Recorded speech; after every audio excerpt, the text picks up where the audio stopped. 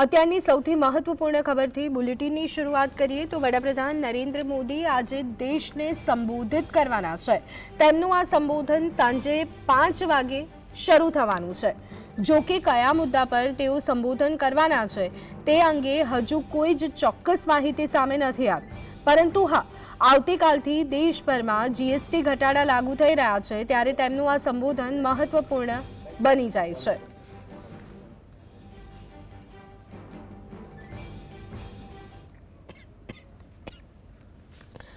તો આજે સાંજે 5 વાગે વડાપ્રધાન નરેન્દ્ર મોદી દેશજોગ સંબોધન કરવાના છે અને આવતીકાલે જીએસટી દરમાં જે ઘટાડો કરવામાં આવ્યો હતો તે ઘટાડેલા જીએસટી દર લાગુ થવાના છે, ત્યારે અનેક જીવન જરૂરી ચીજવસ્તુઓના ભાવમાં ફેરફાર થઈ શકે છે। ત્યારે એક શક્યતા અત્યારે એ વર્તાઈ રહી છે કે આજે સાંજે 5 વાગે વડાપ્રધાન નરેન્દ્ર મોદીનું સંબોધન તે ઘટાડા સંદર્ભે હોઈ શકે છે।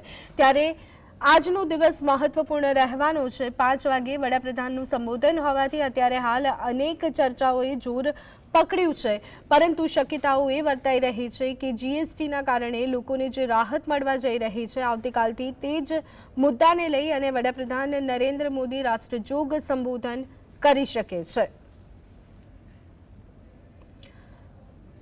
તો ઘણી બધી ચીજવસ્તુઓના ભાવમાં ઘટાડો આવતીકાલથી થવાનો છે।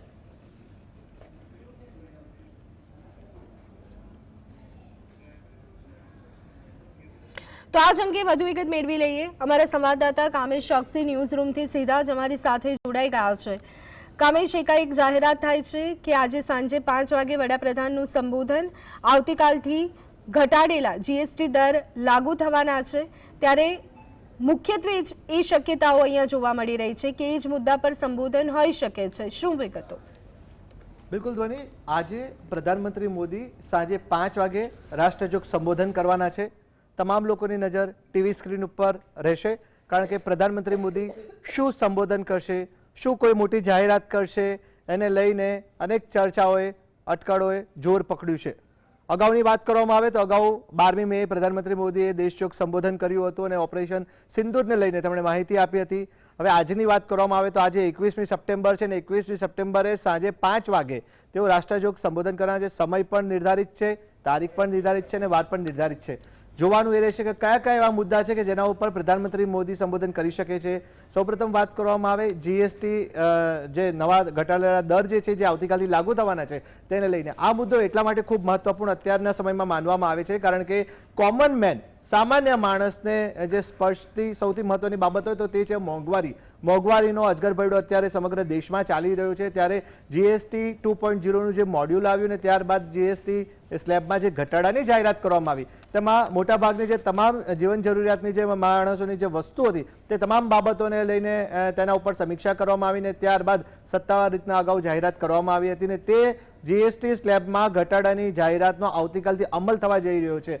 એટલે એવી એક સંભાવના વ્યક્ત કરવામાં આવી છે કે પ્રધાનમંત્રી મોદી દેશને આ કહી શકાય કે હવે દિવાળીનો તહેવાર પણ નજીકમાં છે, નવરાત્રિનો તહેવાર આવતીકાલથી શરૂ થઈ ગયો છે, ત્યારે દેશવાસીઓને જીએસટી સ્લેબ ઘટાડાની આવતીકાલથી જે સત્તાવાર રીતના તે લાગુ થવાનું છે નવા દર, જેને ઘટાડાને લઈને કોમન મેન જે છે, સામાન્ય માણસ છે, મધ્યમ વર્ગીય માણસ છે, તે લોકોને મોટી રાહત મળશે અને તેને લઈને એ સત્તાવાર રીતના જાણકારી આપે તેવી એક સંભાવના વ્યક્ત કરવામાં આવી છે। આ ઉપરાંત અન્ય બાબતની જો વાત કરવામાં આવે તો આપણે એ પણ ધ્વનિ ન ભૂલવું જોઈએ કે લોકલ ફોર વોકલની જે વાત હતી તેને લઈને પણ અગાઉ છેલ્લા 15 દિવસની વાત કરવામાં આવે તો પ્રધાનમંત્રી મોદીએ તેમની 3 સભાઓમાં લોકલ ફોર વોકલને પ્રાયોરિટી આપી હતી અને તેમના જે વક્તવ્ય હતું તેમાં પણ તેમણે લોકલ ફોર વોકલની જે પ્રોડક્ટ જે છે સ્વદેશી પ્રોડક્ટને ખરીદવા ઉપર તેમણે ભાર વ્યક્ત કર્યો હતો, તેને લઈને પણ તેઓ સત્તાવાર રીતના વાતચીત કરે તેવી સંભાવના વ્યક્ત કરવામાં આવી છે। આ ઉપરાંત અત્યારે સમગ્ર દેશ સહિત રાષ્ટ્રની સાથે જ અન્ય વિશ્વના દેશોની વાત કરવામાં આવે, અમેરિકા અને ભારતની વાત કરવામાં આવે તો જે ટેરિફ વોર ચાલી રહી છે તેને લઈને પણ ટેરિફમાં ઘટાડાને લઈને જે ભારત અને અમેરિકાની જે કવાયત હાથ ધરાઈ છે તેને લઈને પણ તેઓ વાતચીત કરી શકે છે।